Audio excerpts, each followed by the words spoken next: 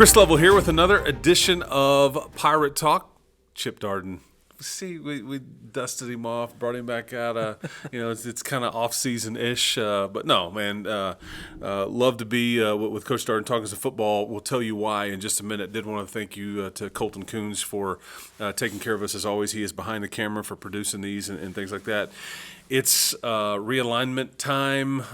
We have now gotten some news that affects everybody that follows this program, Coach Darden's program, as far as a new district and all those things. And so we just thought we'd get Chip on here and talk about it a little bit. It's I don't know, nervous time of year or anxious time of year. However, were you surprised with what you were? And we'll get into the who's in your district now, but is it what you thought it would be? Yeah, it is. We you try to plan for it. You try to look at it and plan because you've got to make a non-district schedule. And it's funny, you used to the non-district. You really started scheduling it today. You get your district and then you start calling, you start looking, and shoot, it was middle September. I text somebody about, hey, are you wanting to play again next year or something? Oh, we're full already. And so then I went, well, and it just seems like it's earlier and earlier everybody's doing it. But anyway, so you've got to get on that. And so we did, and kind of this was the district that we thought we would have. But, you mentioned kind of exciting or nervous time of year. To me, it's every 2 years, the off-season part up until now is there's no vision to it. You almost feel like because you don't have a schedule, you don't know who you're playing, and so I think it energizes the kids a little bit. Going, we went into them as soon as we got back and just said, "Here's who you're playing these weeks." They're excited. You all of a sudden see just a different tempo about them because now there's that vision of, okay, this is what we're working for. I mean, and again, we knew some of the teams that we would possibly play, but now they know for sure, and so a little more excitement going around off season. Little Abilene flavor, a little Wichita Falls flavor, little Amarillo flavor, little down the road on I-27 flavor. That kind of the end. We're done here. Yeah, that's right. No. So when you get, I don't remember when the date was back in what was that? Back in maybe December when they kind of have the numbers on the alignments and all that stuff. You kind of get a feel. For, okay, you can kind of guess and see who we're paired up with, but you just ultimately don't know. But Abilene Cooper, Abilene Wiley, Wichita Falls Memorial, Wichita Falls Legacy. Yes, these are new schools. And we'll kind of talk to Coach about that. And then Amarillo Paladuro. And then I say that like San Diego, like the movie, and then Plainview, which is an old, familiar foe from times gone by. All makes sense. Like I was surprised that thought that we'd be in with, and it was. I mean, just take me through. There's really not. The only thing that we thought, and we thought it would be a stretch, is sending Wichita Falls east, but there's just too many teams, too many. Those Metroplex districts are so big. I think they're eight or 9 team districts out there, and so there was just no way to send Wichita Falls east. So I think it's about right. And there's a little familiarity with we were in a district with Plainview, with Abilene Wiley, with 2 Wichita Falls schools. Obviously they're different, but I think it kind of feels like that district we were in for 4 years in a row there. What was that? Like 18 to 22. It'll feel very similar. Paladuro's one. They've been Division I, moving down there. Paladuro's the biggest 5A Division II in the state of Texas. I think we're the third or fourth biggest. So they were right on the line. And then you got it's just, to me, it's just competitive top to bottom. You look at like a team like Wiley that's growing. They're kind of experiencing the explosive growth that we have, and they're kind of going through those, they're having some portable buildings out there and just a lot of kids going out there to Wiley. Where Cooper is now, Wiley is like where Cooper was 3-ish, 4-ish years ago. That's about right. Yeah, I mean, that's, because it looks very similar, and it's like, oh yeah, been there 2 or 3 years ago. And you got like Abilene Cooper is one that they were Division II this last alignment, but before that they've been big. I mean, they've been at the 6A level and then playing 5A Division I, and always the term we always use is big boy football.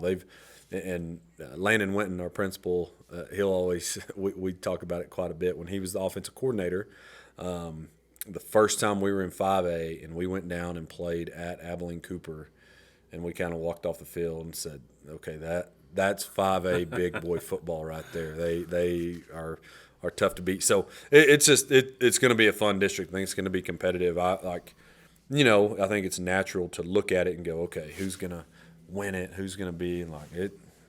Great question. Like, I wouldn't be shocked, to see a bunch of teams kind of lumped together and have to go through tiebreaker procedures and all that stuff. So it'll be interesting. Wichita Falls Memorial, Wichita Falls Legacy, these are two new schools. There is no more Ryder, there is no more old Wichita Falls High, and there is no more Wichita Falls Hershey. They've went from 3 to 2. Is one of these like Ryder? I mean, do we know how that would work? Are they both going to be? I mean, I think just from talking to some of the people out that way, it sounds like Ryder High School was very split. That those kids are split. A lot of the Ryder head football coach is at Memorial, and the Hershey head football coach is at Legacy. Okay. So I don't know if there's going to be that feel at Memorial since Coach Bendell's there, and I think they're still working through staff on how that's the other part of it is you go from 3 full staffs to 2. How does that work? And I don't envy the logistics that they're going through. But I don't know. I think it'll be all new. I mean, the colors is still weird. I actually texted Coach Bendel the other day because he posted something about something that was going on at their school, and it was Memorial with their colors and their new logo, and it seems weird. And I bet it's really weird for them because they're not gold and black. They're not. What are they? I want to say there's a blue in there. Okay, yeah. I mean, because they've totally rebranded it and everything. Yep. And one or both of these are brand new buildings. Yes. I think both. Both are brand new buildings, so they just started new. over, which is, I mean, because you were talking about Abilene, as Abilene Cooper has maybe kind of dropped a little bit. This is exactly why I like Wiley is right. I mean, there's a direct correlation there, but Wichita Falls is they've done what they thought what was best. What I think is because this is District 2-5A is what we're talking about here, and your first district game would be. Let's see here. As I'm looking at it, it would be week 5. Does that sound right? Yep. Okay, yeah. You'll start, and we'll put a graphic up on the video so you can get a good glimpse of it. But week 5, you play Plainview, and then you're going to roll through, and then the very last. Chip doesn't think it's funny. I did, but you get the bye week, the very last week. Yeah. Honestly, it's like No, it's just the whole thing is you got to make the playoffs, and if you make the playoffs, it's great. Yeah. And hey, you get Abilene, a week off. Abilene High last year in their old district. They won the district, and we had it in we had it in 14 and 15. We had that last week. We were in a 5-team district, but had the last week open, and I mean, get in the playoffs and get there, and then you got a week to rest and recoup and do some of that stuff that you do during the open week. And I really thought last 2 years I thought our open was a little early. We played it can be too early, play or 4 it can games, be too late. and then to me, you're looking at if you want to go win a state championship, play 6 playoff games. We'd have to play 12 in a row, and that's where we're at here. So including scrimmages. So I'd rather do all those 12, get a break, and then let's go for 6. That's right. And we're going to get into this is what I think is always the fun part, because I mean, it's always incumbent upon you to kind of put this together and figure out who you want to play and what dates work, and if you're traveling and all those things, and there's some home and home stuff. But first of all, scrimmages, you will scrimmage a couple of West Texas teams, one home, one away, before the regular season starts on August the 30th. Which is week 1, and you'll go. You're going to go to Midland, and you're going to host Odessa High, correct? Yep, but in reverse order. Odessa High first, and then at Midland. Yeah. Okay, and again, we'll put everything up there. But yeah, that's just to kind of give you an idea before the season. The first one, though, I'm fascinated by. I'll be curious to see everybody's reaction. You and I have talked a lot about this. You will be opening up the season on a road trip. A ways away, but again, the return trip comes next year. Yeah, I'll just you want to. Yeah, we're going to go to Lovejoy. I'll tell you we like to schedule difficult, and that's something I learned from Max Catwinkle a while back. I remember Played Stephenville.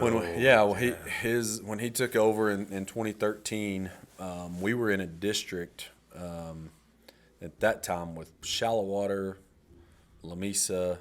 It's just funny. It was just a totally different deal. We were starting the growth, and I remember when he scheduled. It was Stephenville, Monahans. I remember when he got Monahans, Friendship.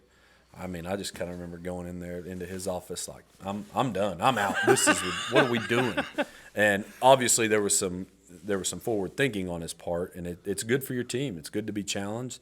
It was kind of our motto going to Alito. It was like, we belong in this game. It's not a we believe. We feel like we belong. And same here. Like that's a good game for us. And we had actually been in communication with Lovejoy previous 2 alignments about possibly doing some things that just didn't quite work out, and this time we were able to make it work. And then I get a call last Thursday from the guy doing their scheduling, and he said, principal said if we can lock it in that y'all come here next year, we're good. Let's go.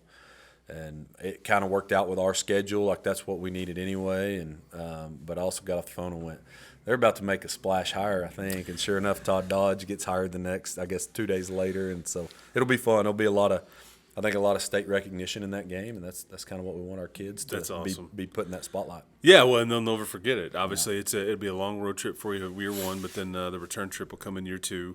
Todd Dodge coaching Lovejoy, and it's. What is it like on the just about 30 minutes out on the other side of Dallas? Is that about right? It's Allen. Like I think Lucas is the town. I think it butts up to Allen. Okay, so, Ennis is in the general area. Just one of those. Yeah, it's north. It's kind of McKinney. Okay, gotcha. McKinney up, yeah. Little north on 75. They've been really good. They have been. If you don't believe me, Google it. There you go. Then you come back. So that's week 1. That's the opener here.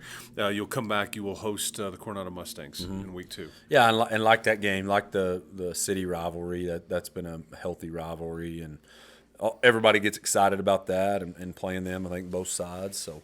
That was good, and they're going through coaching change right now, but been really good to work with, and excited about that one. Yeah, and they've always got athletes. Yep. Yeah, and then this one was the week 3 was a district game last year. I feel like we were in some ways just there at the end of October, I guess it would have been. But you're going to go back up to play Tascosa. Yep, at Tascosa. And it's funny, the Midland High as well, they run very similar offenses. Midland High is kind of out of the gun.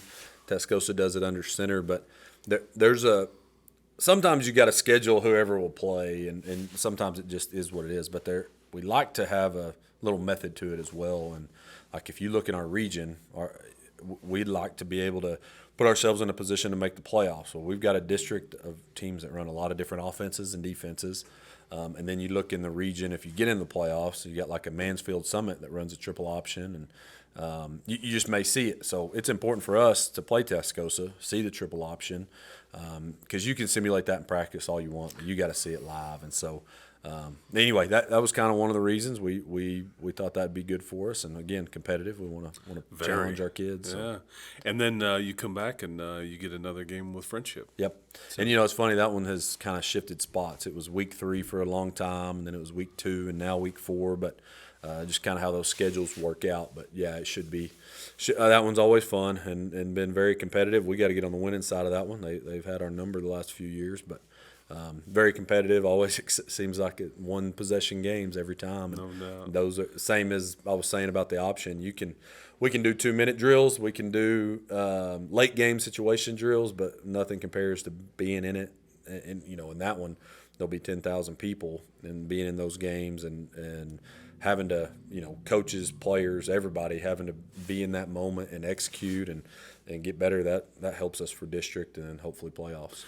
Well, you certainly challenge yourself. I mean, with the non-district, then your district schedule will be. Any surprises as you just like big picture on anybody that's not like wouldn't be in the you wouldn't be able to possibly match up with them postseason that have changed divisions and up and down and all that stuff? Because like prime example, I mean Alito's not it's not in the cards anymore because they're a different deal. I mean anybody like that kind of grew or shrunk or whatever. Yeah, I mean Alito's the main one that we think of since we've played them the last 2 years, but.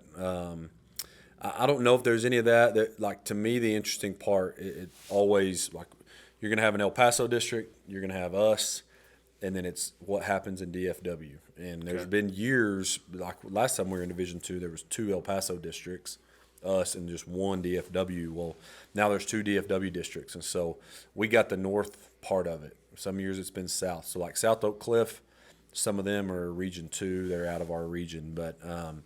I think that was probably the most surprising is seeing some of the schools that are in our region. I just kind of looking through District 3 and District 4, just, who knows how it'll work out. But I counted 7 schools that I thought might be ranked in the top 10 preseason. Just crazy. Melissa has been – you got Melissa, Argyle, Mansfield Timberview, Mansfield Summit, just – Lovejoy, Anna won a 4A Division I state championship. So the region is tough, and that's what stood out the most. I think it's like, man, you better if you make the playoffs, if you're one of the 4 in the playoffs, you better get ready for some battles. So a bye week at the tail end is just might what be the doctor might be ordered. perfect. Yep, just got to get there. That's right. That's right. Well, and you're not doing spring football this year for a variety of reasons. You've got a lot of kids playing a bunch of other different sports that you're still doing football stuff during the period and all the things and getting them stronger and faster and all that stuff. But track and baseball and all that kind of gets in the way a little bit with things. But it should be here before we know it, won't it? Yeah, it will be. And that spring football I think is kind of something to touch on that we've been going back and forth on that for a few years. There's a lot of big schools not doing it. Midland Legacy, we know that coaching staff pretty well. They haven't done it in a long time. And anyway, just a lot of them, Denton Ryan doesn't do it. And kind of talking to them, a lot of the ones that don't do it, they just say the 6 days that you get with everybody, coaches included. That's the thing. Like, yeah, our kids are spread thin, but our coaches are too. We got coaches that'll be at state track meet and coaching baseball, and then if we're not able to coach them like we normally would in the fall, then are we getting that much good out of it? So anyway, we've gone back and forth, and we lose a game, I'm gonna be like, well, we should have done spring football. I knew it, but we kind of went with it, and I think we'll get a lot of football done during the athletic period, and within the rules there, and they've changed rules where we can do weights before and after school a little bit. So there may be some days that we do that later in the spring to where we can truly focus on football during the period. And I think it's going to be good. And I think those 6 days that we'll get with everybody will be very beneficial. Because the trade-off is you get an extra week with them in August. Correct. And an extra scrimmage. Yep. Whereas before it's it's less practice in August, right before the real thing, and you just get the one scrimmage before the season. So correct. And it's like you in spring you can do 18 practices. We don't do 18. So like I think last year we ended up getting 13. So then you go 6 versus 13. I mean, I know that's a 7 practice difference, but you don't have all your coaches, you don't have all your kids. Mm-hmm. Does it benefit? So we'll see. We may change our mind next year and we're going to go back to it, but we're going to give it a shot. Okay. All right, man. Well, it's always fun talking football no matter, because that's what they always say. See, and you've messed this thing up, Chip, by canceling spring football. They always say there's 2 seasons in Texas. It's like football season and spring football season. Well, no, we can't. Still is. No, we can't say that anymore. Yeah, no, I'm kidding. But no, everybody's always wanting to talk ball and all that. But yeah, realignment just coming out, so we wanted to go ahead and discuss that with everybody, so you kind of got a feel for what the head coach was thinking and all that stuff, and release the non-district schedule. So we'll put that graphic again up on the screen. And dates on those could change, like the some midweeks, some different things. The typical, like the first Friday night you can have games is August 30th, so you can look through there. But there could be some Thursdays. There could, all that could change. Yeah. So we'll get that release as soon as we start. that might be a couple months down the road. Yeah, and before that's fine. finalized. But you get an idea on home and away and the order of it and all that stuff, which is what we want to do. So anyway, all right. Well, enjoyed it. I appreciate you doing this with me. appreciate it. Thanks, Colton, for taking care of us. For Chris Level, for Chip Darden, for Colton Coons, this has been another edition of Pirate Talk.